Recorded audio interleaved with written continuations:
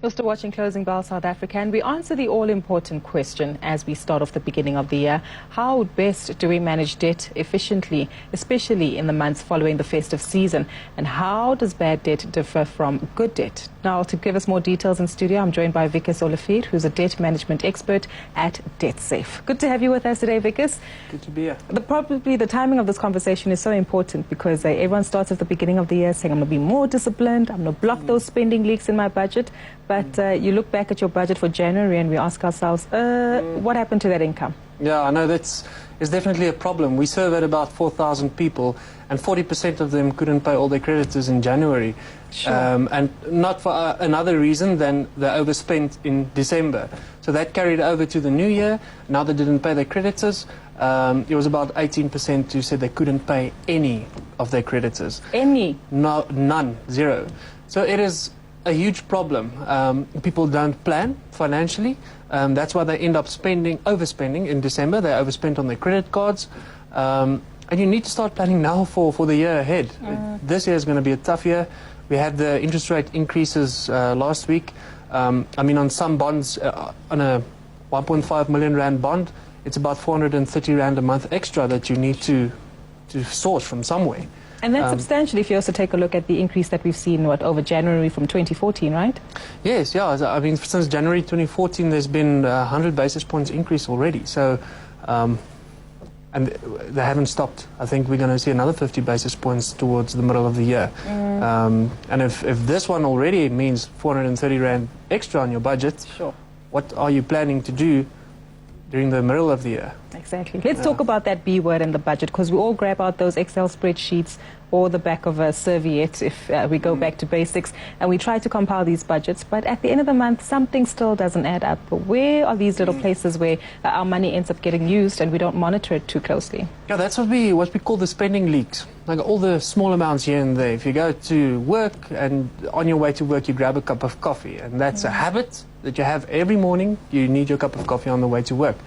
It works out, let's say, 50 rands a day, and that equates to about 12,000 rands a year.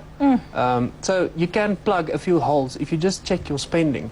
And like buying the coffee on your way to work is a habit, you need to develop different habits and change your habits. So you create a habit by doing something small every day and repeating it every day after day. Small things. And that's how you start to turn your finances around. Check your budget, because we had a discussion about budgets this morning as well, about setting goals for your budget for the future. But you need to look back on your budget as well. How did you stick to your budget? That's the other thing. When you pull up your budget and you review last month's budget at the end of the month, put your bank statement right next to that budget of yours and see which transactions equates to what items you set in your budget. I guess lots of us are too scared to do that because of the truth that might be revealed there. But just a conversation that's also been taking place between myself and the director of the show is cash or card. They say a card actually feels more painless, and is it more efficient from a cost perspective and actually monitoring what you spend your money on versus cash? Well, a card is just a problem because you're spending, most of the people spend what they don't have on the card. If you do cash, you can only spend what you have. That's the thing. And the card, there's interest rates, there's fees, there's transaction fees, all those things that apply. Unless it's a check account that you're using, or savings, right, where there's actual funds there. Or like that, but there's still transaction fees. But cash, like you also said earlier, just goes out too quickly. But that's why you need to plan and discipline yourself. And it's a hard discussion to have with yourself. It's very difficult, but you need to be honest with yourself. And I think this year, 2016, we need to be honest with ourselves more than ever about how much we spend and what we spend it on. Because we need to get creative, we need to tighten our belts, otherwise we won't make it. Let's expand on that further, because that's clearly the message that has been coming through, from several institutions, economists and financial planners, is that 2016 is going to be a tough year. We also saw it in the Consumer Credit Index released yesterday. But for the average consumer out there who says, look, I'm trying, but I just can't anymore, what are the simple steps to take? And again, how best to go about seeking financial advice? I think the middle class guys should be fun. They should be able to make a plan on maybe a 300, 400, 1,000 rand here and there. It impacts them proportionally. But I think the guys on the ground in your rural areas, they are really going to feel it, because it affects the staple foods, the imports that we're doing. It affects them exponentially. So I really feel sorry for them, but it's a situation that we find ourselves in. And you either need to reduce your expenses or increase your income, either one of those two.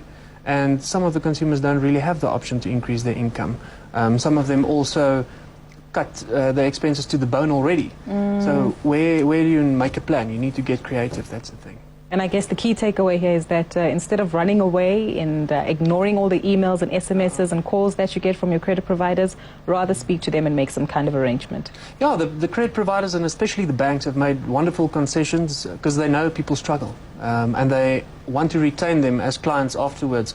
So they don't rush to get you blacklisted or to sell your house anymore. They would rather sit and see if they can make a plan with you. They'll even do interest rate reductions if it's necessary.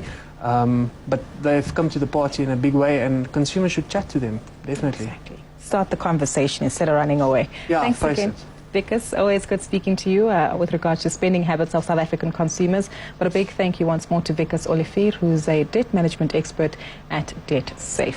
Stay with us after the break from talking about the money in your